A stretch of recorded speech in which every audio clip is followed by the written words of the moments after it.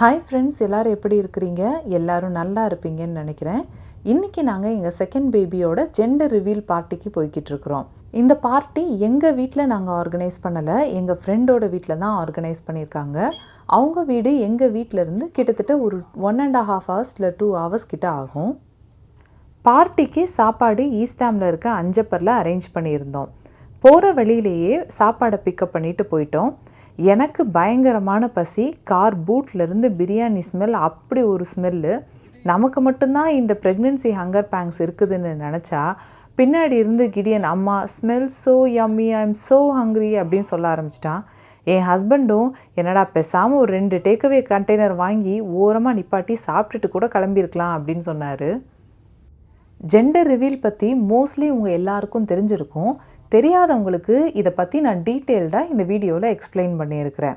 கிடியனுக்கு அம்மா வயிற்றில் பேபி இருக்குன்றது தெரியும். ஆனால் இப்போ அவன் ரொம்ப எக்ஸைட் ஆகிருக்கிறது எதுக்குன்னா, அங்கே அண்ணா வீட்டில் இருக்கிற பசங்களை போய் பார்க்குறதுக்கும் அவங்க கூட விளையாடுறதுக்கும் தான். அவனுக்கு ஜெண்டர் ரிவீல் பற்றி எந்த க்ளூவுமே கிடையாது. இந்த பார்ட்டிக்கு நாங்கள் நிறையா பேரை இன்வைட் பண்ணலை. ஒரு 2-3 ஃப்ரெண்ட்ஸை, அவங்க ஃபேமிலியை மட்டும்தாங்க நாங்கள் இன்வைட் பண்ணியிருந்தோம்.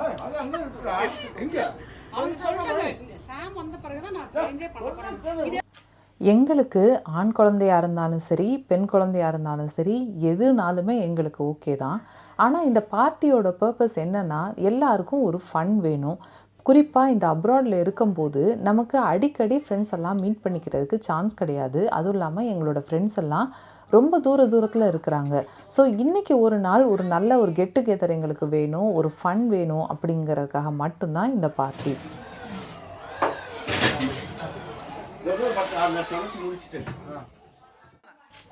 எல்லாருக்குமே பயங்கரமான பசி. ஆனால் அஞ்சப்பர் சாப்பாடு பார்ட்டி முடிஞ்சதுக்கு அப்புறம் தான் அப்படின்னு சொல்லியாச்சு. அதனால ஷார்ட் டிஷ், அப்புறம் ஸ்டார்டர்ஸ், இந்த மாதிரி ஐட்டம்ஸ்லாம் போட்டு சாப்பிட ஆரம்பிச்சிட்டோம். நீங்கள் பம்பை வச்சு ஊதாம தேவையில்லாமல் மூச்சு தொலைக்கிறீங்க.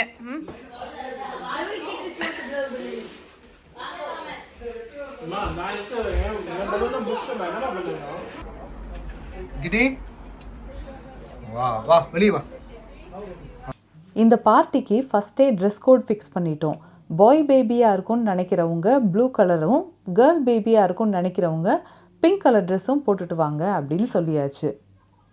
இது என்ன பேபியாக இருக்குன்றத நீங்கள் கெஸ் பண்ணியிருந்தீங்கன்னா மறக்காமல் எனக்கு கமெண்ட்டில் சொல்லுங்கள். அங்கே போய் அக்கா கிட்ட நில்ல.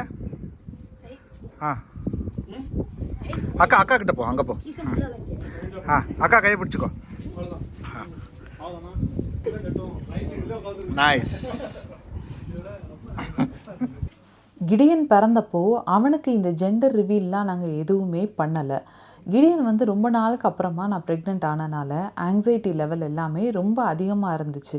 அதனால ரொம்ப சிம்பிளாக வச்சுக்கணும் அப்படின்னு சொல்லிட்டு ஒரு வளகாப்பு மட்டும்தான் பண்ணியிருந்தோம். அதுவும் இந்த இடத்துல, இதே இடத்துல தாங்க நடந்துச்சு. ஜெண்டர் ரிவீல்னால் என்னன்னு தெரியாதவங்களுக்கு அதை நான் இப்போ சொல்லிடுறேன். நம்ம ஊரில் பிறக்க போகிற குழந்த ஆணா பெண்ணா அப்படிங்கிறத ஃபஸ்ட்டே நம்மளால் தெரிஞ்சுக்க முடியாது. அது தெரிஞ்சுக்கிறது இல்லீகல். ஆனால் இந்த கண்ட்ரியில் 5th month ஸ்கேன்லேயே நம்ம பார்த்து தெரிஞ்சுக்கலாம். அதாவது 20 weeksல ஒரு ஸ்கேன் இருக்கும். ஸ்கேன் பண்ணும்போது பிறக்க போகிற குழந்த ஆணா பெண்ணான்னு தெரிஞ்சுக்கணும்னு நீங்கள் நினச்சிங்கன்னா அவங்க அதை உங்களுக்கு சொல்லுவாங்க. இல்லை எங்களுக்கு தெரிஞ்சுக்க வேண்டாம், அது கடைசி வரைக்கும் சர்ப்ரைஸாகவே இருக்கட்டும் அப்படின்னு சொல்லிட்டிங்கன்னா அதை உங்களுக்கு சொல்ல மாட்டாங்க. குழந்த ஹெல்த்தியாக இருக்குதா, டிஃபெக்ட்ஸ் ஏதாவது இருக்குதான்றதை மட்டும் செக் பண்ணிவிட்டு உங்களுக்கு சொல்லுவாங்க. ஆனால் நாங்கள் ஜெண்டர் ரிவீல் பார்ட்டி ஒன்று பிளான் பண்ணியிருக்கோம். அதனால பேபி ஜெண்டரை இப்போ எங்ககிட்ட சொல்லாதீங்க, அதை ஒரு என்வலப்பில் கொடுத்துருங்கன்னு சொன்னீங்கன்னா அவங்க ஒரு என்வலப்பில் அதை எழுதி அதை உங்களுக்கு ஸ்டேபிள் பண்ணி உங்கள் கையில் கொடுத்துருவாங்க. ஸோ நமக்கும் என்ன ஜெண்டர் அப்படிங்கிறது தெரியாது. நம்ம ட்ரஸ்ட் பண்ணுற ஒரு ஃப்ரெண்ட் கிட்ட அதை கொடுத்துட்டோன்னா, இல்லை நம்ம ஊரில் ஈவெண்ட் ஆர்கனைசர்ஸ்லாம் இருப்பாங்க, அவங்கக்கிட்ட கொடுத்துட்டோன்னா அவங்க அதை சீக்ரெட்டாக நமக்கு அரேஞ்ச் பண்ணிடுவாங்க. இந்த பார்ட்டி பிளான் பண்ணுறதுக்கு ஒரு 1 week முன்னாடியே நாங்கள் ஸ்கேன் பார்த்துட்டோம். ஸோ அந்த லெட்டர் எங்ககிட்ட தான் ஒரு வாரமாக இருந்துச்சு. இதை எப்படா ஓப்பன் பண்ணி பார்க்கலாம் அப்படின்னு சொல்லி நாங்களும் ஒரு 1 weekக்காக இந்த சர்ப்ரைஸுக்காக நாங்கள் வெயிட் பண்ணிட்டு தான் இருந்தோம்.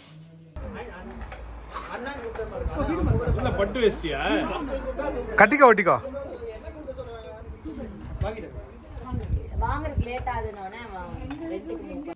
இப்போ பண்ணிகிட்ருக்கிற எல்லா அரேஞ்ச்மெண்ட்ஸையும் எங்களோட ஃப்ரெண்ட்ஸ் தான் ஃபுல் அண்ட் ஃபுல் பண்ணினாங்க. ப்ரெக்னெண்ட்டாக இருக்கிறத ஒரு சாக்கா வச்சுக்கிட்டு நான் ஒரு வேலையுமே இந்த தடவை பண்ணலை. இந்த பார்ட்டியை இருக்கிறதுலையே அதிகமாக என்ஜாய் பண்ணது யாருன்னு பார்த்தீங்கன்னா அது நம்ம கிடியன் தான்.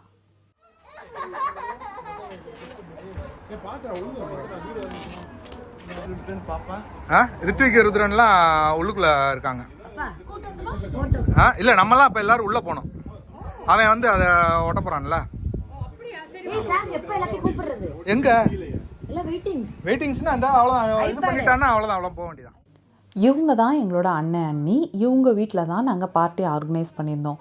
எனக்கு வந்து இவங்கள ஒரு 10 வருஷமாக தெரியும் அப்படின்னாலும் என் ஹஸ்பண்டுக்கு இவங்கள 20 வருஷத்துக்கு மேலே தெரியும். அதுவும் இல்லாமல் முக்கியமாக சொல்லப்போனால் எங்களோட கஷ்ட நஷ்டம் எல்லாத்துலேயும் எங்கள் கூட இருந்தவங்க. ஸோ இவங்கள வந்து அண்ணன் அண்ணின்னு கூப்பிடும்போது உண்மையிலேயே ஒரு கூட பிறந்த அண்ணன் அண்ணியை நாங்கள் எப்படி பார்ப்போமோ அந்த மாதிரி தான் அவங்கக்கிட்ட நாங்கள் இது வரைக்கும் பழகியிருக்கோம். எனக்கு இந்த ஊரில் ரொம்ப லிமிட்டடான ஃப்ரெண்ட்ஸ் தான் இருக்கிறாங்க. அவங்கள தான் இந்த வீடியோவில் நீங்கள் பார்த்துட்ருக்குறீங்க. குவாலிட்டி ஓவர் குவான்டிட்டின்னு சொல்லுவாங்க இல்லையா, அதை நான் ரொம்ப ஃபர்மாக பிலீவ் பண்ணுறேன். என்ன தான் நம்ம நிறையா பேர்கிட்ட பழகினாலும் எல்லாரையும் நம்ம ஃப்ரெண்ட்ஸுன்னு சொல்லிட முடியாது. சொல்லப்போனால் நிறைய பேர் நமக்கு பழக்கமானவங்க அப்படி தான் சொல்ல முடியுமே தவிர அவங்க எல்லாரையுமே நம்ம வந்து ஃப்ரெண்ட்ஸுன்னு சொல்லிட முடியாது. நாங்கள் ஸ்கேன் பார்த்துட்டு வந்த என்வலப்பை யார்கிட்ட கொடுத்தோம் அப்படின்னா அங்கே தனியாக ஒருத்தர் நின்று வேலை பார்த்துட்ருக்கிறார் பாருங்க, இவர் பேர் தான் கௌதம். கௌதம் தம்பிக்கிட்ட தான் நாங்கள் வந்து என்வலப்பை கொடுத்துருந்தோம். ஸோ இங்கே கௌதமை தவிர வேறு யாருக்குமே என்ன பேபி அப்படிங்கிறது தெரியாது. ஃபஸ்ட்டு ஃபன்னுக்காக ஒரு கேம் அரேஞ்ச் பண்ணியிருந்தோம். போர்டில் கேர்ள் பேபின்னு நினைக்கிறவங்க ஒரு பக்கமும் பாய் பேபின்னு நினைக்கிறவங்க ஒரு பக்கமும் ஸ்டிக்கர் ஓட்ட சொல்லி ஓட் பண்ணுற மாதிரி வச்சுருந்தோம். ஆனால் இதில் வந்த முக்காவாசி ஓட்டு எல்லாமே கள்ள ஓட்டு தாங்க.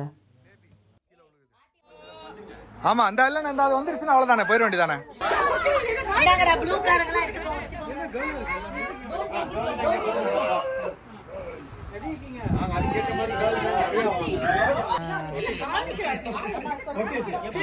நான் ப்ளூ ஒட்ட போறேன். நான் ப்ளூ ஒட்ட போறேன்ப்பா. Okay, ஒட்டலாமா? I'm going with the big kappa. Come on. உனக்கு எடுத்து கொடுத்தேன். Girl power win.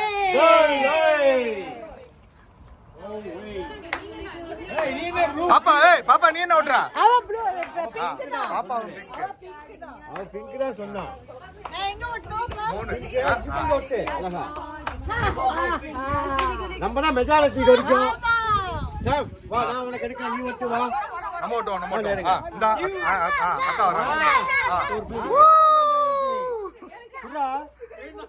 உங்களுக்கு என்ன வேணும்? ப்ளூவா? இந்த ரெண்டு வச்சிருக்கேன். ரெண்டு வச்சிருக்கீங்க, ரெண்டையும் போட்டுங்க. நல்ல ஓட்டு போட்டு பழகி போச்சு.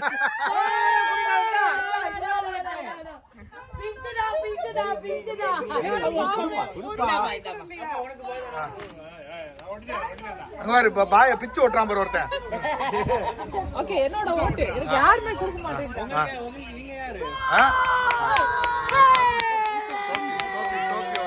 இல்ல ஓட்டல, என்ன நான் ஓட்டல. அப்பா அப்பா பொம்பளை புள்ளனா நாங்க கண்டுபிடிச்சிட்டோம். இல்ல இது என்னோட ஆசை.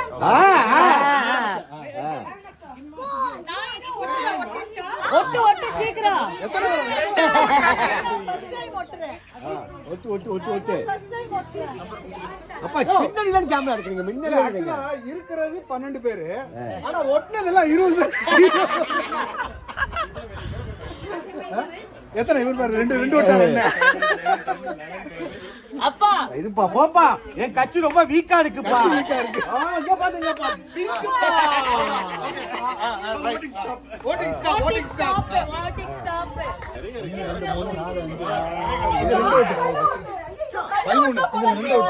ரெண்டு இல்ல மூணா ஓட்டிருக்கான்னு நினைக்கிறேன். 2-3 ஓட்டாங்க. ஆமா. இந்த இதுக்கு மேல ஓட்டிங்க. 1 2 3 4 5 6 7 8 9 10 11 12 13 மொத்தம் இங்க 2 கழிச்சுக்கலாம். இங்க 2 கழிச்சுக்கலாம்னா இது 2 கல்ல ஓட்டு. ரைட். அப்ப பாய்க்கு தான் ஜாஸ்தியா? பாய்க்கு தான் ஜாஸ்தியா? ஏய் கௌதம், நீ என்னடா ஓட்டுனா? பிங்க் தான் ஓட்டுனியா? ரைட். 12 யாரா சொல்லலாம் ஓட்டு. இல்ல அவன் வந்து ஐடி நாலேஜ் மாத்தி ஓட்டுவாங்க. மாத்தி ஓட்டாலும் ஓட்டுவாங்க. ஏய் ஆமாடி பூஜா புடிச்சா. ஏய் தப்பா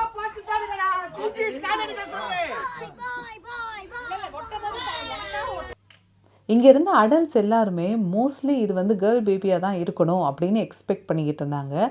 ஆனால் இங்கே இருக்க குட்டி பசங்க எல்லாம் அவங்க பசங்களாக இருக்கிறதுனால இது பாயாக இருந்தால் நமக்கு செட்டு சேர்றதுக்கு ஆள் கிடைக்கும் அப்படின்னு சொல்லிட்டு இவங்க எல்லாருமே ஒரு பையனாக இருக்கணும் அப்படின்னு சொல்லி எக்ஸ்பெக்ட் பண்ணிக்கிட்டு இருந்தாங்க.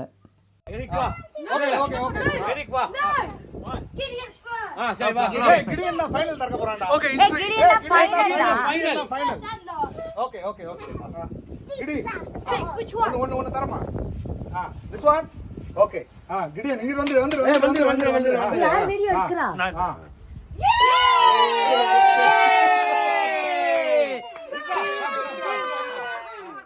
which one? this okay. ஏய் வாங்க மேரி கேல வாங்க.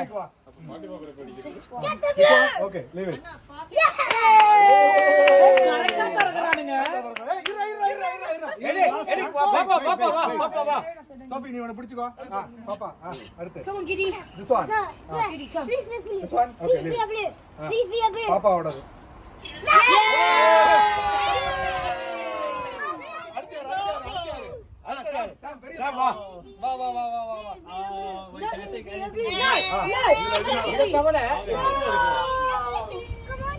This one? Okay, வளைக்கோ. தானே? நாமக்கு ஏய், கரெக்ட்டா ஓட்டியா நீ? மாத்தி ஓட்டனே வெச்சுக்கோ நீ. அடுத்து வேற யாரு? சோஃபி நீ ஒன்னு எடு. சோபி நீ வா. அவளை பின் ப்ளூ எடுத்தா அடி வாங்குவா. சாம் ஒன்னு எடுத்துருங்க. இது. முக்காவாசி அண்ணி நீங்க எடுங்க. அண்ணி. Who depends on that one? அது பாடி open Go for that one. If you don't interested in that one. அண்ணியோட கலர் அண்ணா நீங்க எடுங்க. It's pink. இல்ல கன்பி எடுத்து Happy boy. இதுதான் டிசைடிங் Happy boy. இந்த பேபி எந்த பேபியாக இருந்தாலும் பரவாயில்ல, அதை நாங்கள் ஹாப்பியாக அக்செப்ட் பண்ணிக்குவோம் அப்படிங்கிற மனநிலையில் தான் நாங்கள் இருந்தோம். கிடியனும் அவங்க அப்பாவும் இது கேர்ள் பேபியாக இருக்கும் அப்படிங்கிற ஒரு எக்ஸ்பெக்டேஷனில் pink போட்டுக்கிட்டாங்க.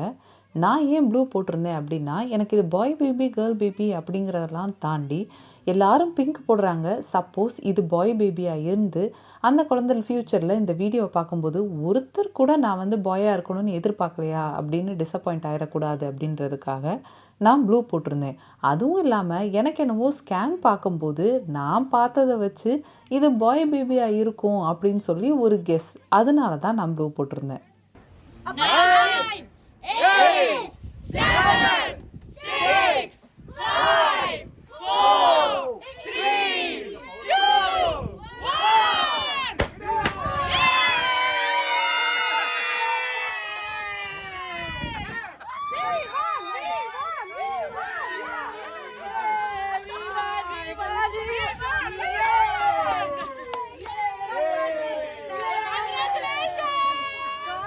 God bless. I know. God bless. God bless you both of you. Yes. Baby என்ன பேபி அப்படிங்கிறத நான் கண்டிப்பாக அடுத்த வீடியோவில் ரிவீல் பண்ணிடுறேன். அதுக்கு முன்னாடி இது என்ன பேபி அப்படிங்கிறத நீங்கள் கெஸ் பண்ணியிருந்தீங்கன்னா அதை மறக்காமல் எங்களுக்கு கமெண்ட்டில் சொல்லுங்கள்.